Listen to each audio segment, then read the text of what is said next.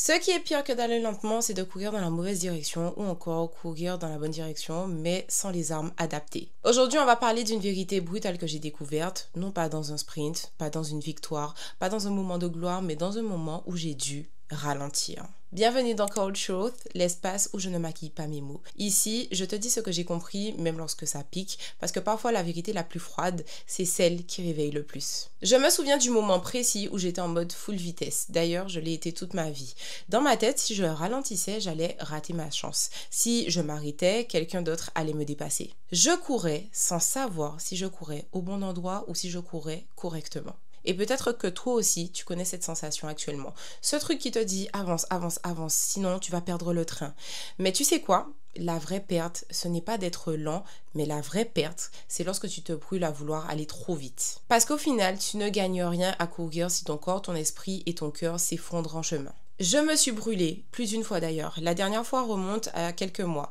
Et c'est la raison pour laquelle je souhaite te donner une douche froide qui t'évitera toi aussi de te brûler. Jingle.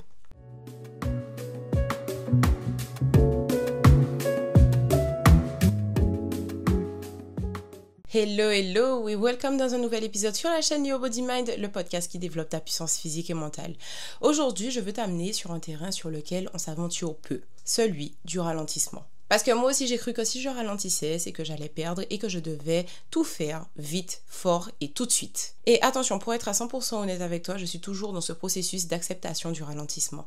Mais cela ne m'empêche pas d'être à 100% lucide quant aux leçons que cette acceptation a à m'apprendre. La vérité brutale que j'ai découverte, c'est tout l'inverse de ce que je pratique d'habitude. Le sprint, l'explosivité, la vitesse, les sensations fortes. Ton cerveau est comme une voiture de course. Lorsque tu es en mode vitesse constante, c'est ton système d'urgence qui s'active et qui te dit « Ok, dépêche-toi, fais plus, ne te fais pas doubler ». Le problème avec ce système, c'est qu'il ne réfléchit pas, mais il te fait réagir et il te fait foncer même si tu fonces droit dans le mur. Mais lorsque tu ralentis, c'est une autre partie qui prend le volant. C'est celle qui planifie, qui garde une vision à long terme et qui te dit « Ok, stop, est-ce qu'on est dans la bonne direction au fait ?» Et c'est exactement ce que la psychologie a observé depuis longtemps. La loi Yerkes-Dansen l'explique très bien, qui te dit qu'un peu de stress, un peu de vitesse est égal boost de performance. Mais à l'inverse, trop de pression et trop de vitesse font tes performances s'effondrer. Tu satures et tu n'es plus efficace. Et si je devais te donner une image encore plus claire, c'est la fable du lièvre et de la tortue. Le lièvre, c'est la hustle culture, courir pour montrer que tu avances. La tortue, à l'inverse, c'est le slow mode, avancer chaque jour, même doucement, mais sans jamais s'écrouler. Et tu sais quoi? Le lièvre ne perd pas parce qu'il est rapide, mais il perd parce qu'il croit que ralentir, c'est perdre. Alors, il s'épuise dans sa propre arrogance. Ton cerveau, lui, fonctionne exactement pareil. Il n'imprime pas tes victoires dans le rush, mais il les encode dans les moments où tu respires, où tu ralentis. C'est lorsque tu laisses ton système nerveux parasympathique agir, ce mode de régénération, que tes muscles se reconstruisent, que ta mémoire consolide ce que tu as appris et que tes émotions cicatrisent. En fait, c'est simple, si tu refuses de ralentir, tu refuses de grandir. Et franchement, ça fait peur et c'est limite contre-intuitif. Moi, j'ai beaucoup eu de mal à le comprendre. Et lorsque tu ne le comprends pas rationnellement, l'univers fait en sorte que tu le comprennes autrement. Et moi, cet autre moyen de me le faire comprendre était à travers la blessure physique.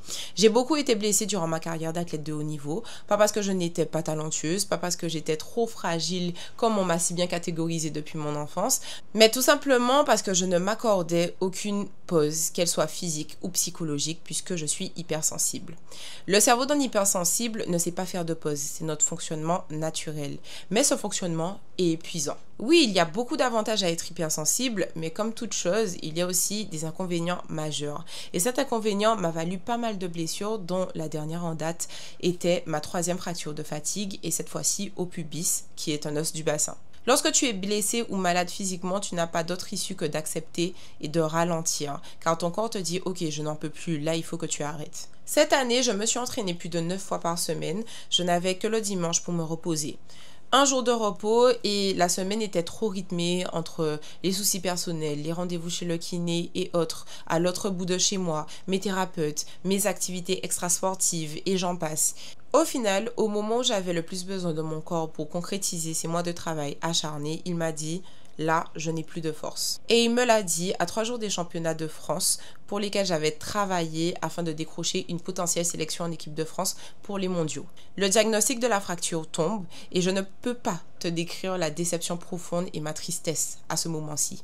Tous les efforts de tant de mois se sont transformés en banqueroute en 15 minutes d'imagerie médicale.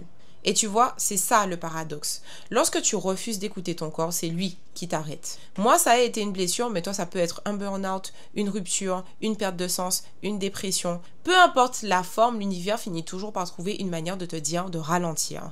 Et tu sais pourquoi on a autant de mal à accepter ça ? Parce que je pense qu'on vit en permanence avec le regard collé à l'horloge des autres. Je me suis surprise une dizaine de fois à tomber dans ce piège et à me dire « Ok, elle a 20 ans, oh, elle a déjà accompli ça. Lui, à 25 ans, il est déjà à ce niveau. Et moi, je cours après quoi finalement? Suis-je dans la bonne direction ?» Cette comparaison permanente nous pousse à courir plus vite que notre propre rythme. Et la vérité brutale est que ton cerveau n'imprime pas ce que tu as, mais il imprime ce qu'il te manque. Et à chaque fois que tu regardes l'horloge des autres, il encode du vide et non de la gratitude. Et c'est pour ça que tu ressens cette angoisse, cette impression d'être toujours en retard.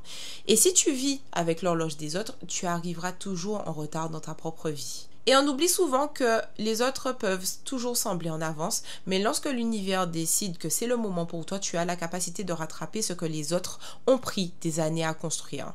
Et ça a été mon cas sur le 100 mètres haies. En 3 ans, j'ai réussi à atteindre un niveau de performance que d'autres ont mis 5, 8 ans à atteindre ce niveau. Donc, tout ceci pour te dire que le timing est unique et propre à chacun. Lorsque tu passes ta vie à courir sur l'horloge des autres, tu oublies un détail essentiel. Toi, tu n'es pas une machine. Et pourtant, même une machine a besoin de s'arrêter. Regarde une voiture par exemple, peu importe sa puissance, son modèle, son prix, si elle ne fait jamais le plein, elle finit toujours sur le bas-côté. Mais nous, on a tendance à croire qu'on peut rouler sans jamais s'arrêter, sans pause, sans sommeil, sans respiration. Mais la vérité est qu'un corps et un esprit qui ne se régénèrent pas deviennent inévitablement des corps cassés et des esprits épuisés.